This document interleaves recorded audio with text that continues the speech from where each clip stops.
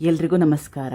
ನಮ್ಮ ಅಡುಗೆ ಚಾನೆಲ್ಗೆ ಸ್ವಾಗತ. ಇವತ್ತಿನ ವಿಶೇಷ ರುಚಿಕರವಾಗಿ ಮತ್ತು ಆರೋಗ್ಯಕರವಾಗಿರೋ ಅಂತ ಬೆಳಗ್ಗೆ ತಿಂಡಿ. ಇದು ಇನ್ಸ್ಟೆಂಟ್ ರೆಸಿಪಿ, ದಿಢೀರನೆ ಮಾಡೋ ರೆಸಿಪಿ. ಮೊದಲನೇ ಸ್ಟೆಪ್ಪಲ್ಲಿ ಬಾಣಲೆ ಇಟ್ಕೊಂಡಿದ್ದೀನಿ.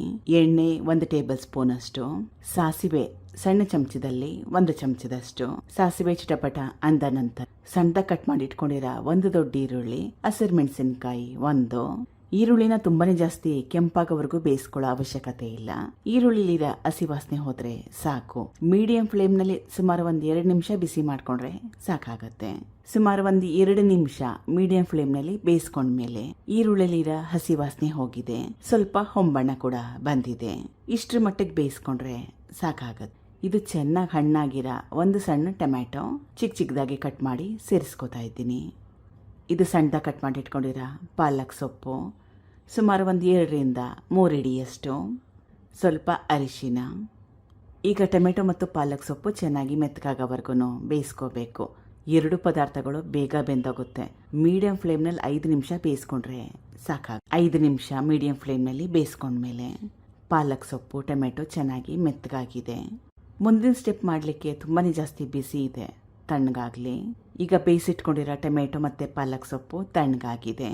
ಇದು ಗೋಧಿ ಹಿಟ್ಟು 1 ಗ್ಲಾಸಷ್ಟು ಅಥವಾ ಸುಮಾರು 1/4 kg ಹೇಳಿರೋ ಕ್ವಾಂಟಿಟಿಯಲ್ಲಿ ಮಾಡಿಕೊಂಡ್ರೆ ಇಬ್ಬರಿಗೆ ಒಂದೊತ್ತಿಗೆ ಸಾಕಾಗತ್ತೆ. 1/4 ಗ್ಲಾಸಷ್ಟು ಸಣ್ಣ ರವೆ ಅಥವಾ ಚಿರೋಟಿ ರವೆ, ರುಚಿಗೆ ತಕ್ಕಷ್ಟು ಉಪ್ಪು, 1 ಗ್ಲಾಸಷ್ಟು ಗಟ್ಟಿಯಾಗಿರೋ ಮಜ್ಜಿಗೆ. ಸ್ವಲ್ಪ ಹುಳಿ ಬಂದಿದ್ರು ಕೂಡ ಪರವಾಗಿಲ್ಲ. ಗಟ್ಟಿ ಮೊಸರಿಗೆ ಸ್ವಲ್ಪ ನೀರನ್ನ ಹಾಕೊಂಡು 1 ಗ್ಲಾಸಷ್ಟು ಮಾಡಿ ಸೇರಿಸ್ಕೊತಾ ಇದ್ದೀನಿ.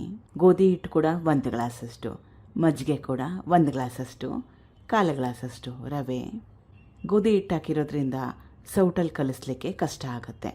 ಅದಕ್ಕೋಸ್ಕರವಾಗಿ ನಾನು ಕೈಯಲ್ಲಿ ಕಲಿಸ್ಕೊತಾ ಇದ್ದೀನಿ. ಕೈಯಲ್ಲಿ ಕಲಿಸ್ಕೊಳ್ಳೋದು ಇಷ್ಟ ಇಲ್ಲ ಅಂದರೆ ಸೌಟ್ನೇ ಉಪಯೋಗ ಮಾಡಿ. ಕಲಿಸ್ಕೊಂಡಿದ್ದಾಗಿದೆ ನೋಡಿ, ತೋರಿಸ್ತಾ ಇರೋದು ಪರ್ಫೆಕ್ಟ್ ಆಗಿರೋ ಕನ್ಸಿಸ್ಟೆನ್ಸಿ.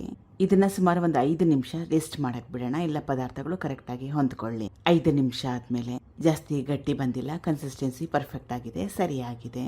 ಇದನ್ನ ಇದೇ ರೀತಿಯಾಗಿ ಕೂಡ ಉಪಯೋಗ ಮಾಡ್ಬೋದು. ನಾನು ಸೆಟ್ ದೋಸೆ ಥರ ಪರ್ಫೆಕ್ಟಾಗಿ ಮೆತ್ತಗೆ ಚೆನ್ನಾಗಿ ಬರಲಿ ಅಂತ ಸ್ವಲ್ಪ ಈನೋ ಪೌಡರ್ನ ಸೇರಿಸ್ಕೊತಾ ಇದ್ದೀನಿ. ಸಣ್ಣ ಚಮಚದಲ್ಲಿ 1 ಚಮಚದಷ್ಟು. ಈನೋ ಪೌಡರ್ ಮನೇಲಿಲ್ಲ ಅಂದರೆ ಅಡುಗೆ ಸೋಡಾನ ಹಾಕ್ಕೋಬೋದು. ಮೊದಲೇ ಹೇಳ್ದಂಗೆ ನಿಮ್ಗೆ ಇಷ್ಟ ಇಲ್ಲ ಅಂದರೆ ದಯವಿಟ್ಟು ಈನೋ ಪೌಡರ್ನಾಗಲಿ ಅಡುಗೆ ಸೋಡಾನಾಗಲಿ ಉಪಯೋಗ ಹಾಗೆ ಮಾಡ್ಕೊಳ್ಳಿ. ಹಾಗೆ ಮಾಡಿಕೊಂಡ್ರೂ ಕೂಡ ಚೆನ್ನಾಗಿರುತ್ತೆ. ಅಡುಗೆ ಸೋಡಾ ಆಗಲಿ ಈನೋ ಪೌಡರ್ನ ಆಗಲಿ ಹಾಕೊಳ್ಳೋದು ಬಿಡೋದು ನಿಮ್ಮ ಇಷ್ಟ, ನಿಮಗೆ ಸೇರಿದ್ದು. ಈನೋ ಪೌಡರ್ನ ಹಾಕೊಂಡ್ಮೇಲೆ ಅದರ ಮೇಲೆ ಸ್ವಲ್ಪ ನೀರನ್ನ ಹಾಕ್ಕೊಂಡು ಚೆನ್ನಾಗಿ ಕಲಿಸ್ಕೊಂಡಿದ್ದಾಗಿದೆ. ಹೆಂಚಿನ ಮೊದಲೇ ಕಾಯಕ್ಕೆ ಇಟ್ಕೊಂಡಿದ್ದೆ. ತೆಳುವಾಗಿ ದಪ್ಪ ನಿಮ್ಗೆ ಯಾವ ರೀತಿ ಇಷ್ಟ ಆ ರೀತಿಯಾಗಿ ಮಾಡ್ಕೋಬೋದು.